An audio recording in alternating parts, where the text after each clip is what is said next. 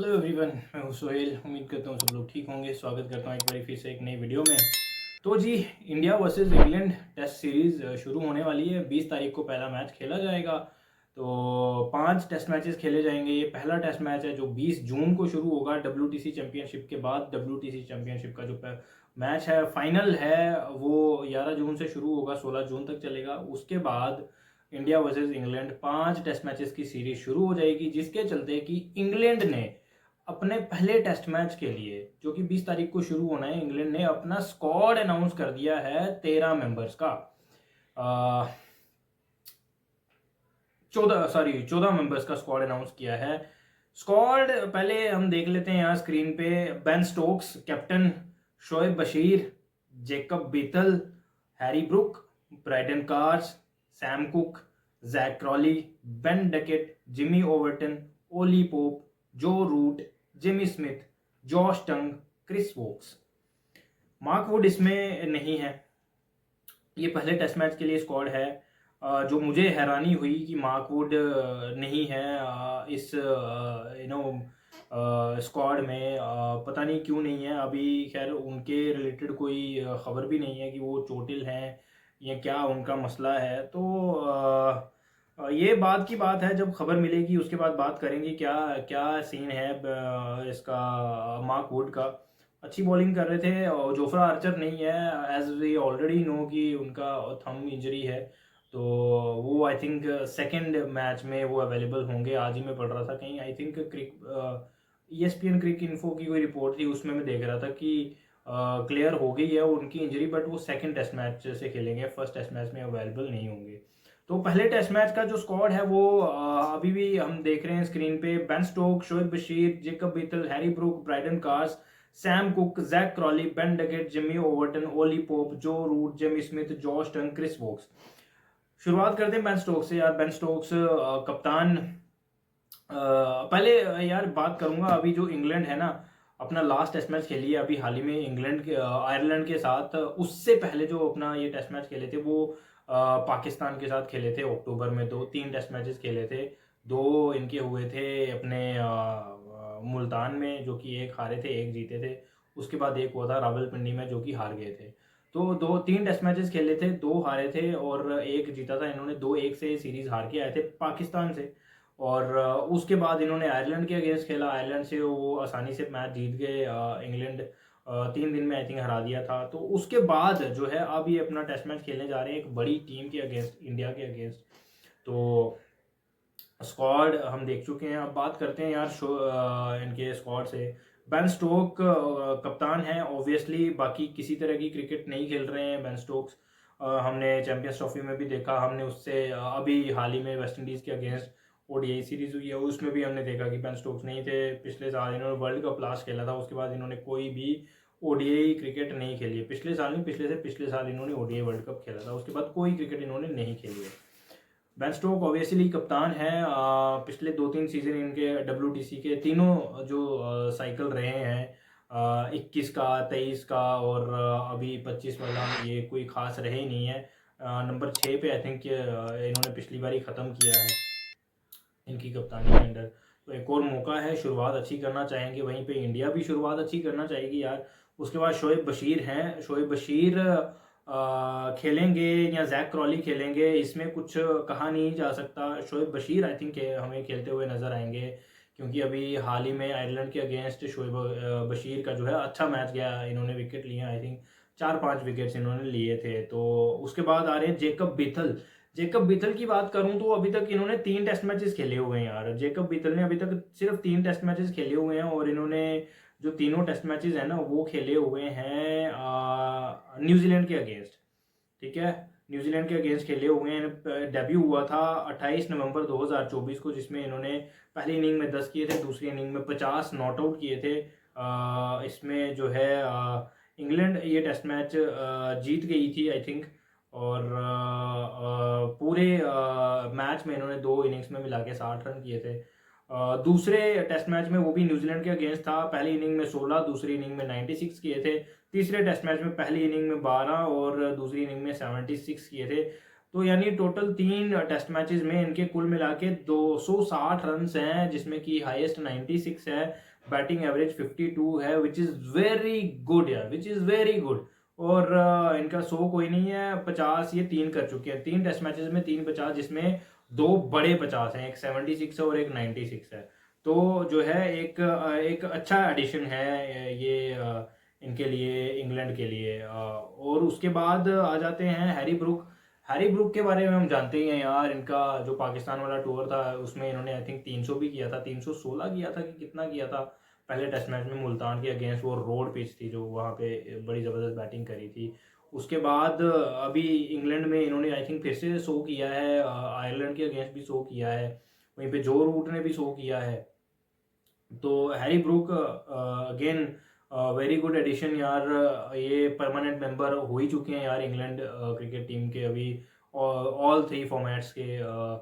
इनको white ball की कप्तानी भी दे दी गई है इंग्लैंड की तरफ से। ब्राइडन कार्स हैं, ब्राइडन कार्स एक बहुत ही हैंडी ऑलराउंडर है यार, डेब्यू किया था पाकिस्तान के अगेंस्ट पहले टेस्ट मैच में, दूसरे टेस्ट मैच में, हाँ दूसरे टेस्ट मैच में किया था इन्होंने डेब्यू। इंग्लैंड वो टेस्ट मैच हारी थी, बट ब्राइडन कार्स की जो परफॉर्मेंसेस थी ना वो बड़ी ज़बरदस्त थी, विद द बैट और विद द बॉल। बॉल के साथ तो खैर स्पिनर्स ने ज़्यादा विकेट्स लिए थे, पर ब्राइडन कार्स की जो बॉलिंग थी ना वहाँ पे, वो आई थिंक 2-3 इन्होंने विकेट लिए थे, और with the bat I think 80 plus इन्होंने रन्स किए थे वहाँ पे, जो कि एक स्पिन फ्रेंडली कंडीशन में बहुत ही अच्छी वो इनिंग्स थी। उसके बाद इंग्लैंड में भी इन्होंने बड़ी अच्छी परफॉर्मेंसेस करी हैं आयरलैंड के अगेंस्ट। सैम कुक हैं, जैक क्रॉली हैं, अगेन वेरी हैंडी ऑलराउंडर आप कह सकते हैं, बैट के साथ डिसेंट बैटिंग कर लेते हैं और अच्छी बॉलिंग करते हैं।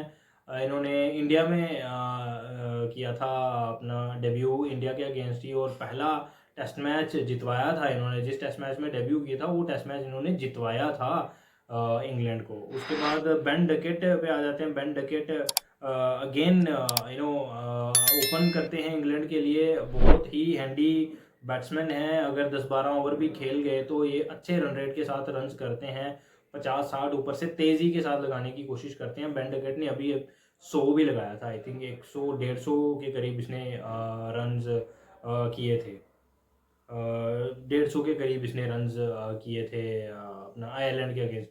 जैक क्रॉली के बारे में मैंने गलत बोला यार, वो बॉलर नहीं है, वो बैट्समैन है। मैं उनका वो लेफ्ट आर्म स्पिनर सोच रहा था, उसका नाम नहीं मुझे याद आ रहा यार।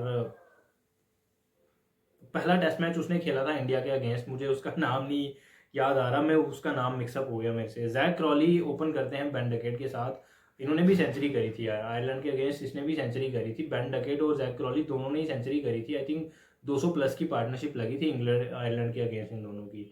जेमी ओवर्टन ऑलराउंडर हैं, अगेन वेरी गुड ऑलराउंडर।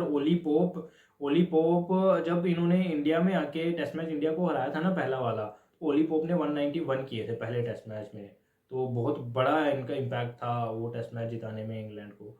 उसके बाद जो रूट के बारे में कौन नहीं जानता यार, जो रूट अपनी रेड हॉट फॉर्म में चल रहे हैं, सेंचुरी पे सेंचुरी करते जा रहे हैं, चाहे वो ओडीआई हो चाहे वो टेस्ट हो, बड़ी ज़बरदस्त फॉर्म में चल रहे हैं। तो जो रूट भी हैं, जेमी स्मिथ हैं, जॉश टंग हैं। जॉश टंग के बारे में आपको बताऊं तो जॉश टंग यार, इन्होंने अपना जो डेब्यू किया था ना वो किया था 1 जून 2023 को आयरलैंड के अगेंस्ट, 2 साल पहले। तो पहले टेस्ट मैच में इन्होंने दूसरी इनिंग में 5 विकेट लिए थे, दूसरे टेस्ट मैच में भी इन्होंने दूसरी इनिंग में 5 विकेट लिए थे ऑस्ट्रेलिया के अगेंस्ट। फिर इन्होंने अपना जो अभी टेस्ट मैच खेला है लास्ट जिम्बाब्वे के अगेंस्ट, इसमें इन्होंने 2 विकेट लिए, यानी टोटल कुल मिला के 3 टेस्ट मैचेस की 6 इनिंग्स में 12 इन्होंने विकेट लिए हुए हैं। अच्छा, आप अच्छे स्टैट्स आप कह सकते हैं यार, ठीक है। उसके बाद आ जाते हैं हमारे पास क्रिस वोक्स, अगेन तेज़ गेंदबाज हैं, बड़ी अच्छी बॉलिंग करते हैं, एक अच्छा एडिशन है। अच्छी तेज़ गति पे बॉलिंग करते हैं, 140 प्लस 145 के आसपास की ये बॉलिंग करते हैं, इतनी स्पीड पे बॉलिंग करते हैं। तो स्क्वाड कहीं ना कहीं इंग्लैंड का बहुत अच्छा लग रहा है, और ये दर्शाता है कॉन्फिडेंस कि उनको अपने टीम पे, अपने स्क्वाड पे कॉन्फिडेंट हैं वो। एक पहले से ही बताने की कोशिश कर रहे हैं भाई, ये हमारे 13 हैं 14 हैं, इनमें से ही हमने खिलाने हैं, तो आप ज़रा तैयारी करके आए, हमारे घर में आप आ रहे हैं। तो वहीं पे इंडिया भी अपना स्क्वाड अनाउंस करेगा। अभी एक उनका 2 उनके वार्म अप मैचेस बाकी हैं। एक warm up matches England lions के अगेंस्ट है, जिसमें शुभमन गिल, यशस्वी जायसवाल तो पहले खेल चुके हैं, साई सुदर्शन भी आई थिंक खेलेंगे। उसके बाद एक इंट्रा स्क्वाड मैच है, उसमें भी आई थिंक वो जो जितने भी मेंबर्स गए हैं टीम ए के और मेन स्क्वाड है जो जिसमें 15 है, वो इंट्रा स्क्वाड मैच खेलेंगे उसमें। तो उसमें टोटल कुल मिला के जो परफॉर्मेंसेस रहेंगी उसके हिसाब से फिर जो है आई थिंक इंडिया अनाउंस करेगा अपनी प्लेइंग 11 पहले टेस्ट मैच के लिए, जिसमें कि मुझे जो लग रहा है वो ये लग रहा है कि साई सुदर्शन खेलते हुए हमें पहले टेस्ट मैच में नजर आएंगे, यशस्वी जायसवाल के साथ ओपनिंग करते नजर आएंगे, जहां तक कि मुझे सोच नजर आ रही है। दूसरा रीजन ये भी हो सकता है लेफ्ट एंड राइट कॉम्बिनेशन बना के चले और अभिमन्यु ईश्वरन हमें खेलते हुए नजर आए, और बनता भी अभिमन्यु ईश्वरन का ही है, क्योंकि साई सुदर्शन से पहले वो लड़का लाइन में लगा हुआ है। ऑस्ट्रेलिया में लेके गए थे उसको, बट खिलाया नहीं था उसको। तो अब ये मेरी सोच है, मैं चाहता भी हूँ कि अभिमन्यु ईश्वरन को आई थिंक मौका मिलना चाहिए यशस्वी जायसवाल के साथ ओपन करने का। उसके बाद हमारे पास वन डाउन शुभमन गिल हैं, और नंबर 4 पे करुण नायर बैटिंग करेंगे विराट कोहली की जगह। उसके बाद हमारे पास केएल राहुल आते हैं, फिर ऋषभ पंत होंगे, फिर उसके बाद शार्दुल ठाकुर होंगे, सॉरी अपने रविंद्र जडेजा होंगे एक स्पिनर, फिर उसके बाद शार्दुल ठाकुर होंगे, जसप्रीत बुमराह होंगे, उसके बाद मोहम्मद सिराज होंगे और प्रसिद्ध कृष्णा होंगे। तो ये जो है ये प्लेइंग 11 में देख के चल रहा हूँ। नीतीश कुमार रेड्डी भी हैं, अगर आप शार्दुल को खिलाते हैं तो फिर नीतीश कुमार रेड्डी नहीं बनता, क्योंकि 2 ऑलराउंडर हो जाएंगे, 3 ऑलराउंडर हो जाएंगे इंक्लूडिंग रविंद्र जडेजा। एक स्पिन बॉलिंग ऑलराउंडर हो जाएगा और एक बैटिंग ऑलराउंडर हो जाएगा नीतीश कुमार रेड्डी, फिर एक बॉलिंग ऑलराउंडर हो जाएगा, और तीनों ही ये बड़ी अच्छी बैटिंग करते हैं और बड़ी अच्छी बॉलिंग भी करते हैं। तो आई थिंक इंडिया एक स्पिन ऑलराउंडर के साथ जाना चाहेगी और एक तेज फास्ट बॉलिंग ऑलराउंडर के साथ जाना चाहेगी।